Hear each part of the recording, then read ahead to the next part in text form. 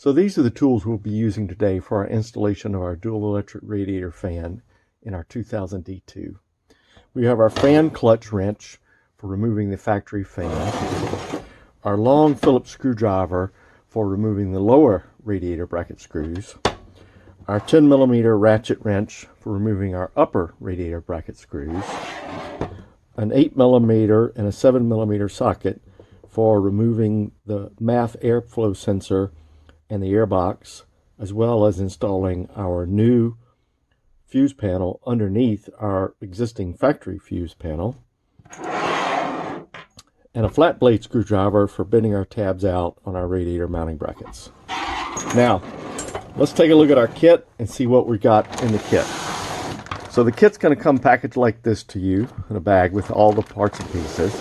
And of course, inside the bag, we've got our new fuse panel mounting bracket.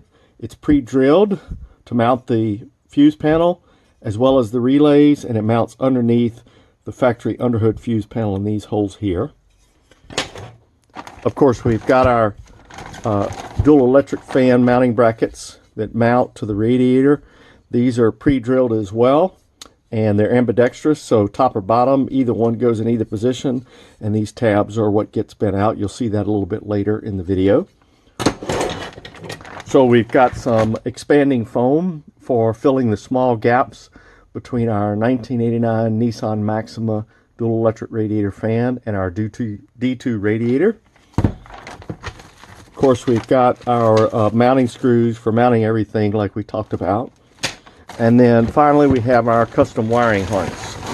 So the custom wiring harness includes a new fuse panel, the relays for turning the fans on and off, plug and play factory plugs that made up to the Maxima radiator fan, and then of course our pre-terminated battery lugs, as well as our pre-terminated ground lugs that go to the grounds, the factory grounds near the factory underhood fuse box.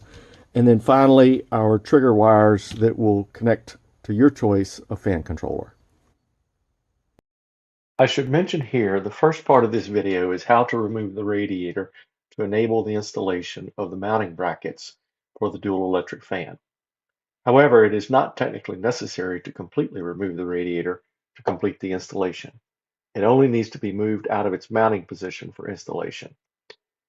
If you did want to remove the radiator completely, perhaps to replace it or replace the hoses or replace the thermostat, then one of the first steps would be to disconnect the lower radiator hose and drain the coolant.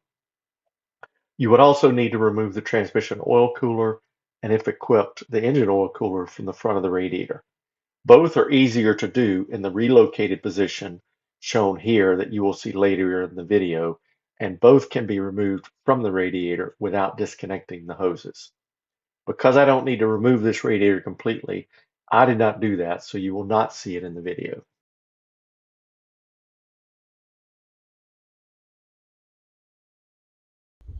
So these are the tools we'll be using today for our installation of our dual electric radiator fan in our 2000 D2. We have our fan clutch wrench for removing the factory fan, our long Phillips screwdriver for removing the lower radiator bracket screws, our 10mm ratchet wrench for removing our upper radiator bracket screws, an 8mm and a 7mm socket for removing the MAF airflow sensor and the airbox, as well as installing our new fuse panel underneath our existing factory fuse panel, and a flat blade screwdriver for bending our tabs out on our radiator mounting brackets. Now, let's take a look at our kit and see what we got in the kit. So the kit's going to come packaged like this to you in a bag with all the parts and pieces. And of course, inside the bag, we've got our new fuse panel mounting bracket. It's pre-drilled to mount the fuse panel as well as the relays, and it mounts underneath the factory underhood fuse panel in these holes here.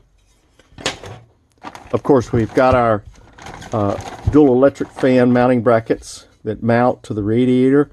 These are pre-drilled as well, and they're ambidextrous, so top or bottom, either one goes in either position, and these tabs are what gets bent out. You'll see that a little bit later in the video. So we've got some expanding foam for filling the small gaps between our 1989 Nissan Maxima dual electric radiator fan and our D2 radiator. Of course, we've got our mounting screws for mounting everything like we talked about. And then finally we have our custom wiring harness. So the custom wiring harness includes a new fuse panel, the relays for turning the fans on and off, plug and play factory plugs that made up to the Maxima radiator fan, and then of course our pre-terminated battery lugs, as well as our pre-terminated ground lugs that go to the grounds, the factory grounds near the factory underhood fuse box. And then finally, our trigger wires that will connect to your choice of fan controller.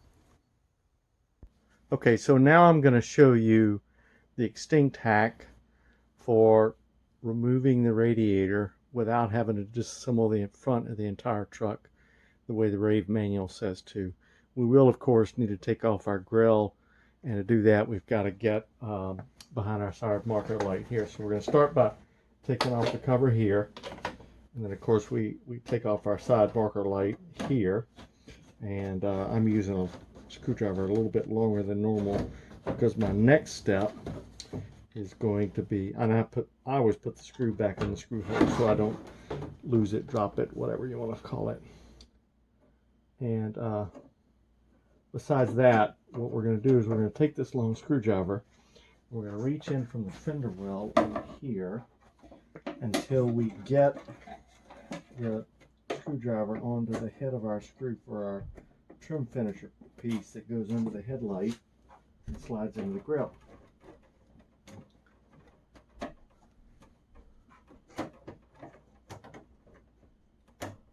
Okay. And now with that screw undone,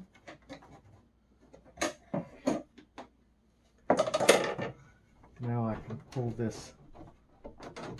gently pull this trim finisher straight out of the way to be able to get to my grill off. And there's a small trim screw right here holding the corner of the grill to the bracket.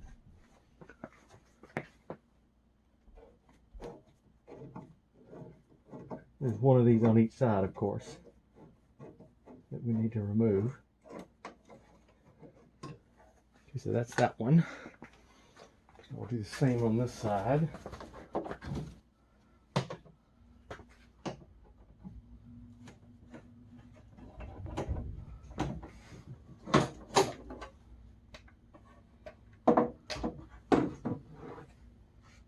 And then, of course, after we get our trim finishers off, we've got to remove our scrivets on the top of our grill.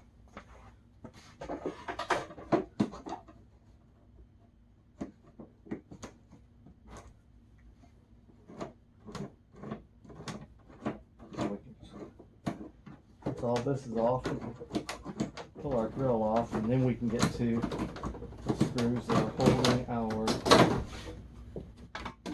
radiator in. Just going to set this right here for now.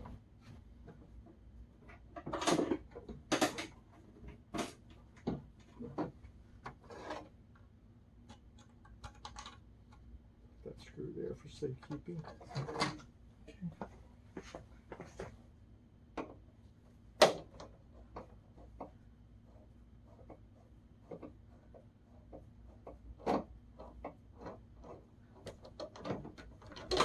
Okay, and then we just take our screws out of the top of the grill.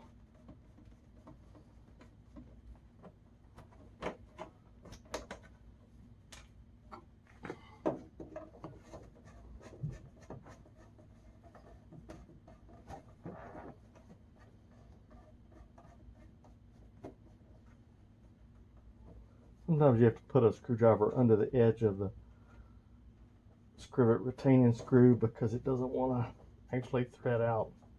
This one's being a little bit difficult, but I've got it coming now. and gently lift up on that grill. They can be a little bit brittle, these 20-year-old grills, but if you're gentle with it, you can get them out without breaking them. So then we just tilt our back like that. Put that down. Then we'll change our camera position to show you the rest of it. We're going to start by removing the fan shroud. Of course, we've got our 2 screws up here and then 2 down here. So we'll start by loosening those. And you can just move the hose up out of the way. Get to the screw down here. And this one here. And then this one here. So with those loosened up, we can just take that and we'll move that out of the way. Now we need to remove the factory fan. Of course, there's a large fan nut here, and I've got the wrench for that. But the question is always, how do you hold the pulley while you're removing the fan?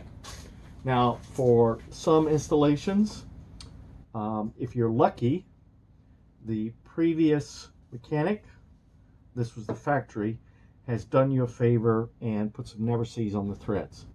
Not sure that's happened here. This one's been on here for 20 years old, so we won't know till we try. But you make sure to start with the belt still on the pulleys. That's holding some tension, so you may meet some resistance. So we're going to put it in here and see what we get. Now, lucky for me, that one came off very easy. You might not be so lucky. So once we get the fan off, I'll show you what to do if you're not so lucky, because it can be a little bit difficult sometimes. So I'm just going to spin the fan like this until we reach the end of the threads, and then we will take the fan off. You want to hold the fan with your hand, keep your hand on it, because it's going to try to fall, and these fans can be a little bit brittle, and you don't want to break the fan, you know, when it reaches the end of the thread by dropping it.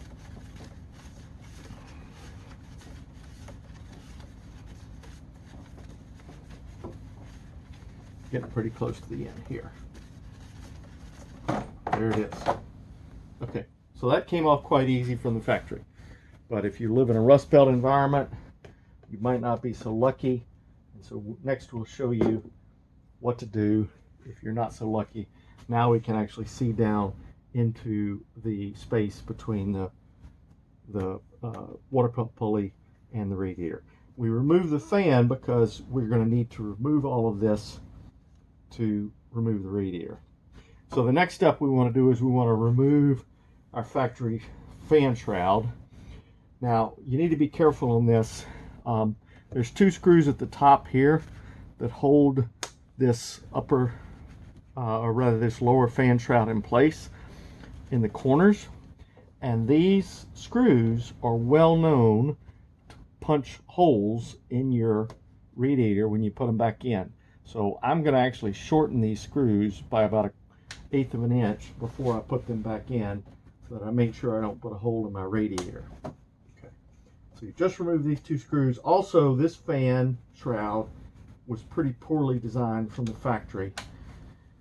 There's a spot right here on the edge where it's thin plastic, and it's very prone to breakage if you're not super careful removing this. Now, I'm not going to remove this line because we are going to reuse this line, and we don't actually need to disconnect it. We're not going to drain coolant for this install because technically you don't need to. But I'm going to move it down out of the way like this so that I can remove that shroud without having to remove my line. Now I'm going to put my hose up here under the air conditioning compressor line just to hold it out of the way while I get this shroud up out of here. I've got it loose on this side. I've got it loose on this side. I'm going to need a little bit more help keeping that out of the way, so I'm going to jam my screwdriver in there.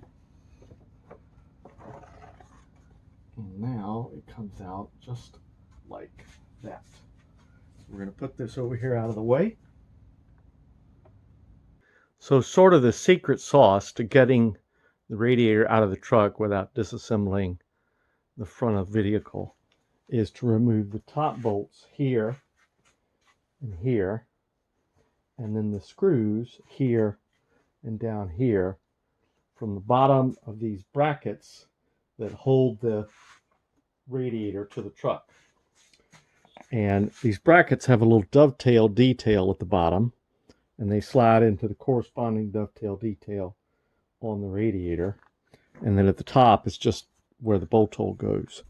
And so what we do is we unscrew the top bolt and unscrew the screws that hold the bottom dovetail detail to the radiator, and then we just tap on the back from behind until we push the dovetail out.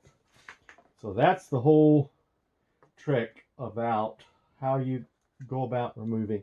And then you see the pins here and here. They hold the radiator to the brackets that are mounted on the truck, and they kind of come in from below. And so what I'll do is I'll show you later when we're taking it apart how to just, after we've got the radiator dislodged from the dovetail, how you just push down on the little bracket and it comes out from under the mount. Okay, to get through the bottom screw, you've got to put your screwdriver between this rubber airflow seal and the bracket. Now you're not going to be able to see it. There's no way for me to film you being able to see this hole, because you kind of have to angle your screwdriver and go in past the seal. But I'll show you from the top when we get on the screw how you can reach that screw on the bottom of the mount with the screwdriver through the side here. There's the tip of my screwdriver, and it's going into the head of the screw down there. Okay, you can see it's in the head of the screw right there. Okay, so now we're just going to, and you can see we got quite an angle on the screwdriver here, so it's quite a bit of an angle, but we just have to put some pressure, get that screw to break loose. And we have to do the same thing on this side, which is we put our screw through the side like this to get to the screw in the bottom of the mount. Okay, it's very hard to see, but I'm going to zoom in down here. And you can see the tip of my screwdriver is right in the screw. See right there, the tip of my screwdriver? It is right in the head of the screw right there. And we need to take that screw out, and then we can pry the mount loose from this side of the radiator. Sorry about the wobbly. It's good to use a magnet to make sure you don't drop the screw. I'm going to get my magnet now. And then the top of the mount has two bolts. One right here, 10mm bolts. One right here and one right here. So we're going to take those out, and then we'll be able to wiggle the mounts out of the dovetail by pulling back on it with a screwdriver inserted down below. I'll show you once we get those out.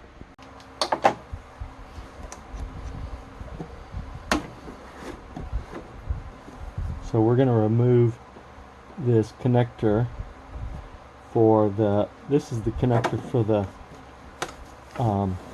temperature sensor in the transmission cooler. Just going to remove this bolt here with this bracket. This holds the top of the radiator bracket to the radiator. And we're going to do the one on the other side also. And this is your sensor bracket. It goes just like that. Okay. On the other side,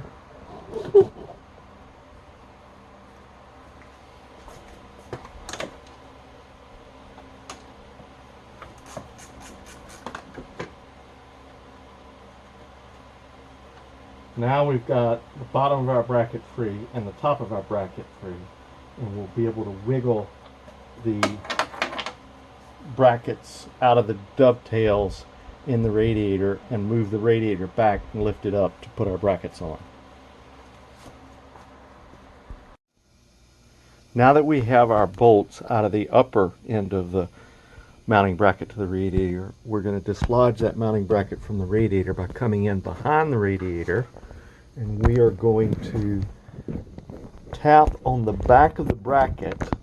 You can see the crosshatch pattern that's molded into it and the bottom of the bracket below it, and we're going to tap on the back of that crosshatch, and it's going to dislodge the mounting bracket from the radiator. So now I'm going to show you how we're going to do that. Okay, so I'm going to use this long socket extension, and I'm going to put it in behind the radiator in the mounting bracket and tap on it so that we can dislodge it from the radiator. Got my hammer. Only takes a few taps.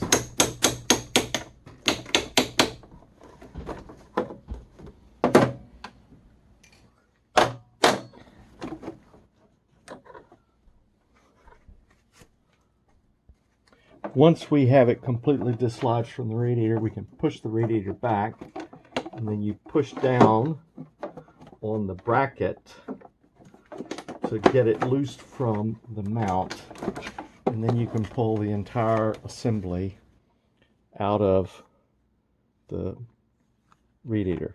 This is what the radiator brackets, this is what holds it to the truck. This is the radiator bracket. This is where our top bolt was. And this is the dovetail at the bottom that slides into the radiator bracket. We had our socket right here, and we were just tapping that forward until it came loose from the dovetail. Now when we put it back, we're just going to put a little bit of grease on this to make it slide easier, so if we ever need it in the future, it'll come loose easier. And this was where our bottom screw was, and I'll show it to you on the radiator in a minute. But that was what we used our long screwdriver to unscrew the bottom screw that holds the bottom of this bracket to the radiator. So I have removed the air box so that you can get a better view of the mounting bracket to the radiator. So here's the dovetail that we talked about, and our upper bolt is here, and the pin goes into the mounting bracket right here that holds the radiator bracket to the truck. And so what we're going to do is we're going to push out on the bottom here of the bracket of the dovetail, and the bracket comes out like that, so it's slid out of the dovetail, and now we just push down on the mounting bracket, and the whole mounting bracket will come out like that, and now your radiator is free. And what we can do now is to get access to our mounting points. We can lift up on the radiator and tilt it forward like this, and now we can get to these bottom mounting brackets where we need to remove these to put our dual electric fan shroud onto the radiator. So that's our next step, and we'll go into that. I'll show you from the bottom how easy that is to put in there in just a minute. So the next step is we're going to put our bottom dual electric radiator fan bracket in. We can do that from the top. So it just slides into the slot here, like this, and here. And then you just push that in, and that's it. And then what we've got to do is we've got to get down from below, and we've got to bend our retaining tabs out. I'll show you on the top. It's exactly the same. And by the way, these brackets are drilled identical so they can go in either position. You get two brackets, and they're universal. They go top or bottom. Doesn't matter which side you put them on, but you just slide in, and then you expand the retaining tabs, and you're good to go. Okay?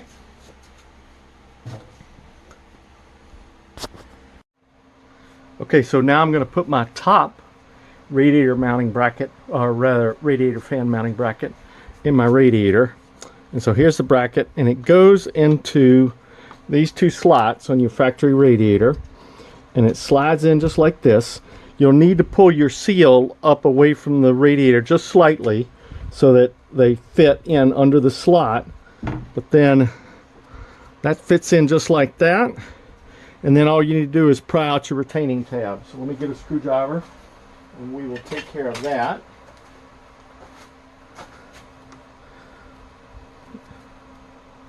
And so you just bend those out slightly so that they retain against the aluminum. And then the bracket can't back up from being fully seated into your radiator. And I've got the seal jumping down behind me, so I've got to get back under the seal. Oh, fuck me.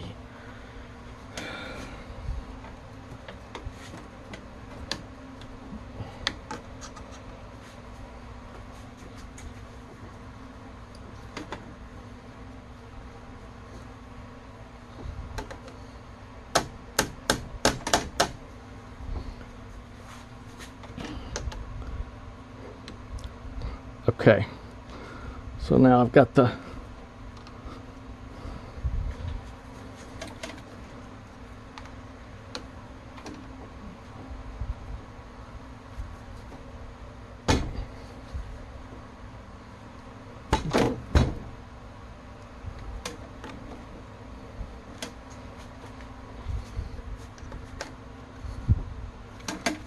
okay. So now I've got the tabs bent. So now I've got the tabs bent out, and the bracket cannot move backwards from the radiator. Okay, so now we've got the bottom view of our radiator. As you know, you saw earlier, we moved it out away from the frame, and all we really have to do now is pry out our retention tabs, and our bracket is going to be held into position and will not come out from the radiator. So that's all there is to it. As easy as that, and our radiator brackets are installed. Okay, now that we've got our brackets on, it's time to put our radiator back into position.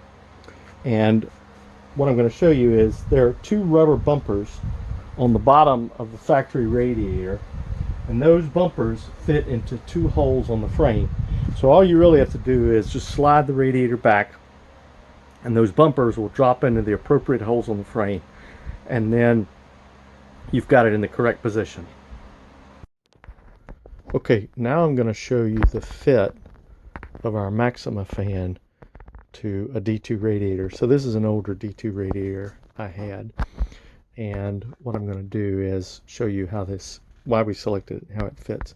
So the first thing you'll notice is, so it's what we've got is we have installed our brackets that we've designed and built for the radiator. You'll see that a bit later in our actual installation video, but you can see I've got those on here, and the holes line up with the mounting holes on the bracket.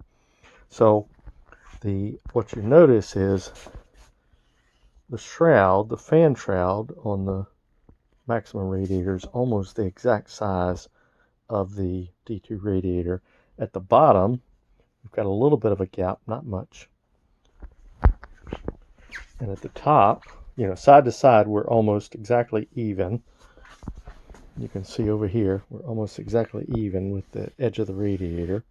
And we've got a little bit of a gap at the top.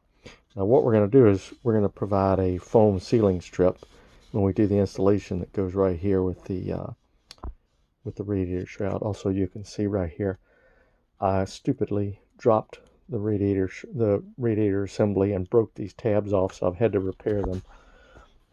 That's why you see a little bit of a, you know, the plastic is not smooth there. I had to make a repair after I snapped these off. So be careful when you're doing the install with these. But anyway, what you'll notice is we need to trim the shroud right here for our upper hose, and we need to trim the shroud right here for our lower hose, and if we've got a sensor, we need to trim it over here, and I'll do that. I'll show you how we are going to do that, and then what we'll see is we'll see how the radiator shroud fits the radiator very closely. And with our foam sealing strip, it seals very nicely to the radiator shroud. Okay, I've marked my shroud where I'm going to cut it for my hoses, and you'll see after I make, I'll video making the cuts. Okay, so I'm going to use a hacksaw to make these cuts, and although there's a wide variety of power tools that I could use to make these cuts, and I've got all of them, I'm going to use a hacksaw because a lot of our customers are not going to have access to those power tools. And a hacksaw is nice because it's got very nice fine blades that will not crack or break the plastic as I'm sawing through it, and it allows you to go slow and take your time and do the cuts.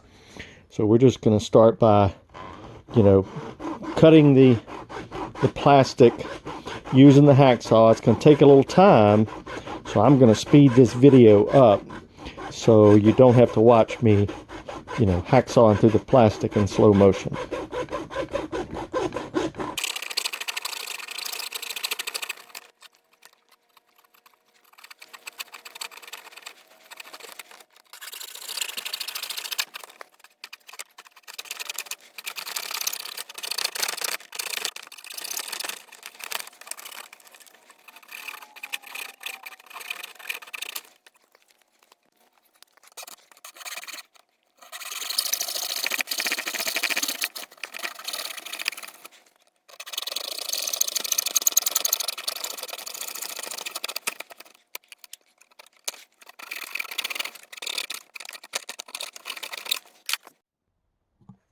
Okay, after checking our fit, we need to trim a little bit more off of our cut so that the hose can slip over the hose fitting and still have plenty of clearance to the shroud.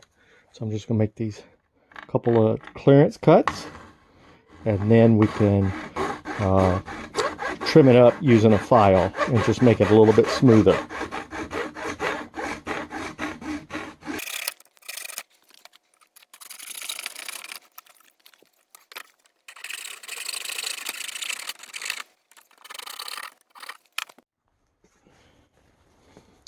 Now I'm just going to clean those cuts up with a hand rasp so that I don't leave any sharp edges that can cut me.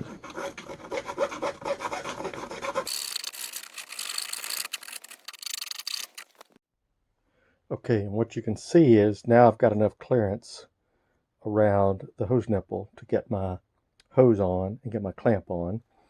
And now we're sitting down flat on our brackets, and you see our bolt holes for putting the bolts in. Now you can see the fan shroud, it's got a little bit of a gap here. Like I said, we're going to provide but it's less here because I've got my bracket standing up. So we're going to provide a foam sealing strip that's going to go right here. Okay. And then on this side, same thing. It's a little bit short, but less so here, and even less so in the middle. It fits very tightly to the disco radiator. And once we fill these gaps with our foam sealing strips, what you'll see is, and here's our gap that we hand cut over here. So we've got plenty of room for our hose to slide over and then our clamp to go on. And so what you see, and also, let me just show you right here. So we've got a little bit of a gap here, but again, we're going to have our sealing strips. Okay. A little bit of a gap here. But when we compared this to other fans, this fits the disco radiator. If you look at it from the upper view, the fans cover almost the entire size of the radiator. And once you block off the edges, all the airflow basically has to come through the fans. And so you can see right here, we just don't have that big a gap. It's going to be, this is between the radiator and the fan shroud, and that's going to be filled by those foam sealing strips. So let's get the foam sealing strips on there, and then you can see what that looks like.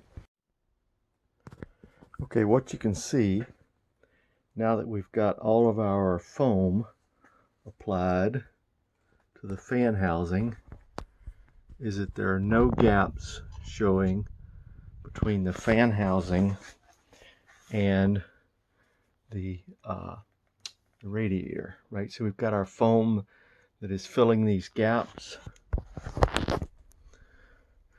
And you can see we've lost very little it's really minimal surface area that we've lost because it's not a perfect fit.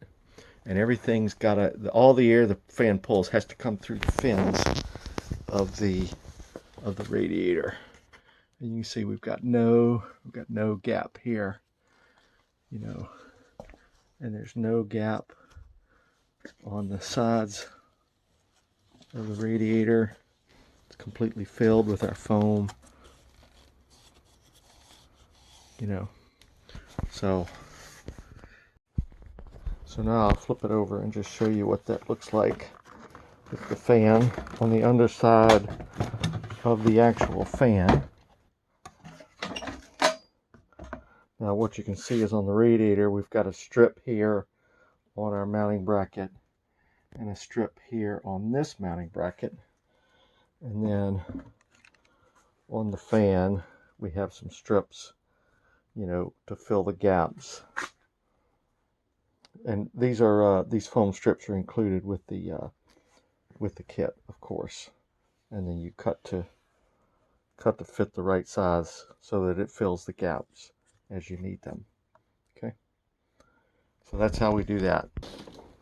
Okay, so now we're going to mount our fuse panel, and we've designed the fuse panel so that it mounts to the back of the factory fuse panel on these two bolts. So I've already loosened these bolts. I'm just going to take them out briefly.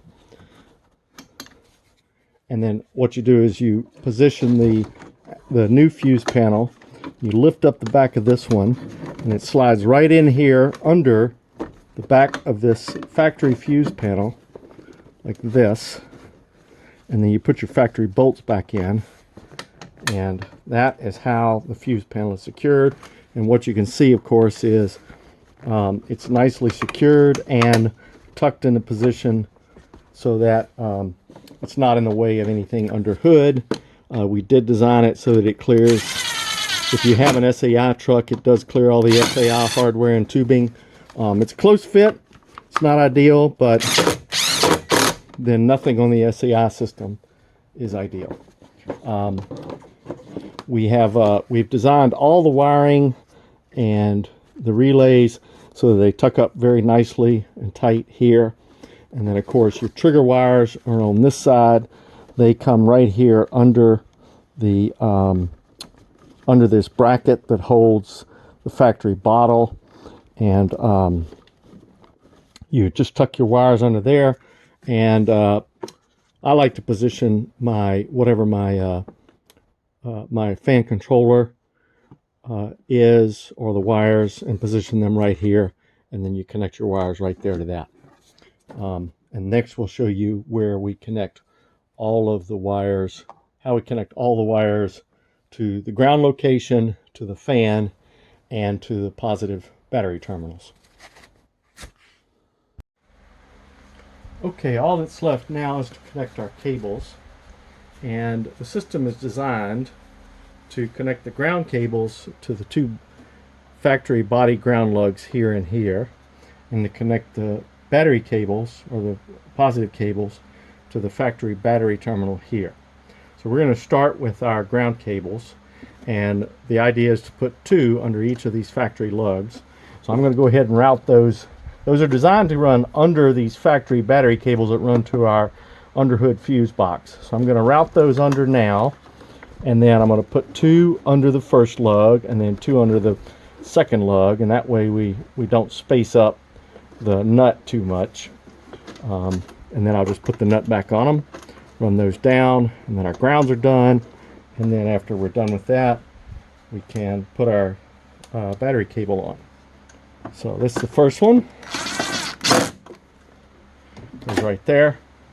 Then we'll run the second one under here, just like this.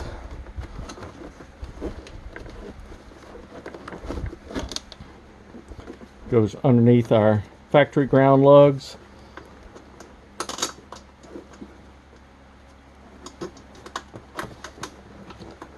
And then the factory wires go, back on top.